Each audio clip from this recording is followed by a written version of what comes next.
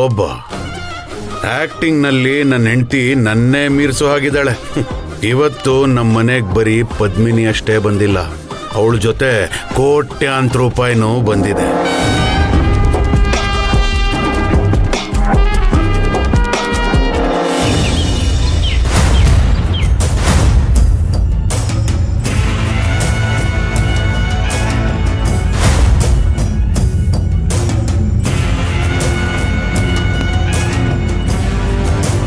ನಮಸ್ಕಾರ ಸರ್. ನಮಸ್ಕಾರ, ಕುತ್ಕೊಳ್ಳಿ ಸರ್.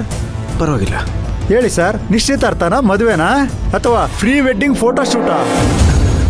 ನಾನು ಆರ್ಡರ್ ಕೊಡೋಕೆ ಬಂದಿಲ್ಲ. ಮತ್ತೆ ಈ ಹಾರ್ಡ್ ಡಿಸ್ಕ್ ನಿಮ್ಮ ಅಂಗಡಿದೇನಾ ನೋಡಿ.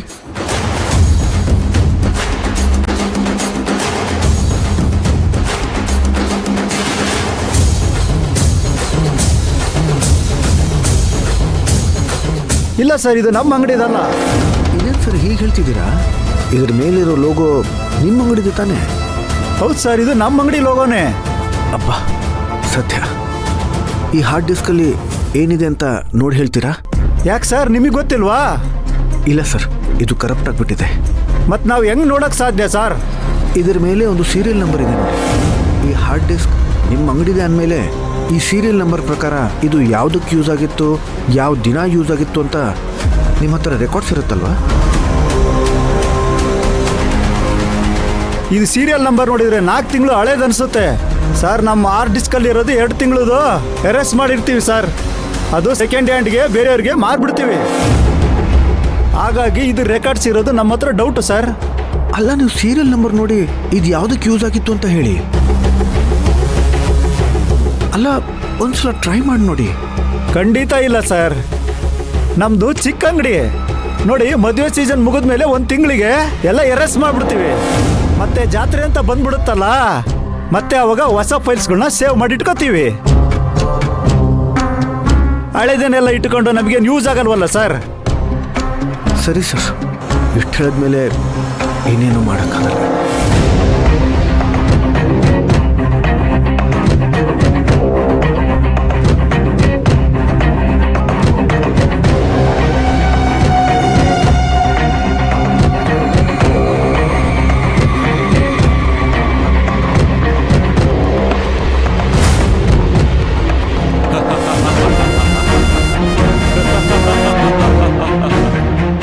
ಪರವಾಗಿಲ್ಲ ಕಣಯ್ಯ, ಚೆನ್ನಾಗಿ ಆಕ್ಟ್ ಮಾಡ್ತೀಯ. ಇದೇ ಸುಳ್ಳನ್ನ ಕಡೆವರೆಗೂ ಮೇಂಟೈನ್ ಮಾಡು. ಅಪ್ಪಿ ತಪ್ಪಿ ಯಾರಿಗಾದ್ರೂ ಬಾಯ್ ಬಿಟ್ಟ್ಯೋ, ನಿನ್ ಹೆಂಡತಿ ನಿನ್ ಲೈಫು ಕರಪ್ಟ್ ಆಗ್ಬಿಡುತ್ತೆ. ಹಂಗೆ ನಿನ್ ಲೈಫು ಎಂಡ್ ಆಗ್ಬಿಡುತ್ತೆ. ಈ ವಿಚಾರನ ನಿನ್ ಹಾರ್ಡ್ ಡಿಸ್ಕ್ ಒಳಗೆ ಹಾಕೊಂಡ್ಬಿಡು. ಬರ್ಲಾ? ಮತ್ತೆ ನಾನ್ ಬರೋ ರೀತಿ ಇಟ್ಕೋಬೇಡ.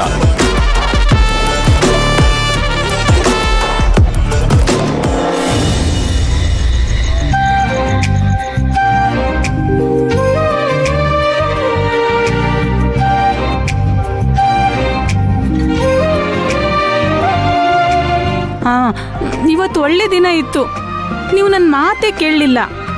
ಅದು ಬಿಟ್ಟರೆ ನಾಡಿದ್ದು ಒಳ್ಳೆ ದಿನ ಇದೆ, ಅದು ಬೇಡ ಅಂದರೆ ಶುಕ್ರವಾರ ಇದೆ, ಅದು ಬೇಡ ಅಂದರೆ ಇನ್ನು 15 ದಿನ ಆದಮೇಲೆ ಇರೋದು. ಲೇ ನಾಗು, ಮನೇಲಿ ಈಗಾಗಲೇ ಇಷ್ಟು ರಂಪಾಟ ನಡೀತಾ ಇದೆ, ಅದರಲ್ಲಿ ನೀನು ಹರಿಸ್ಕೊಳ್ಳೋ ಕಾರ್ಯಕ್ರಮ ಬೇರೆ.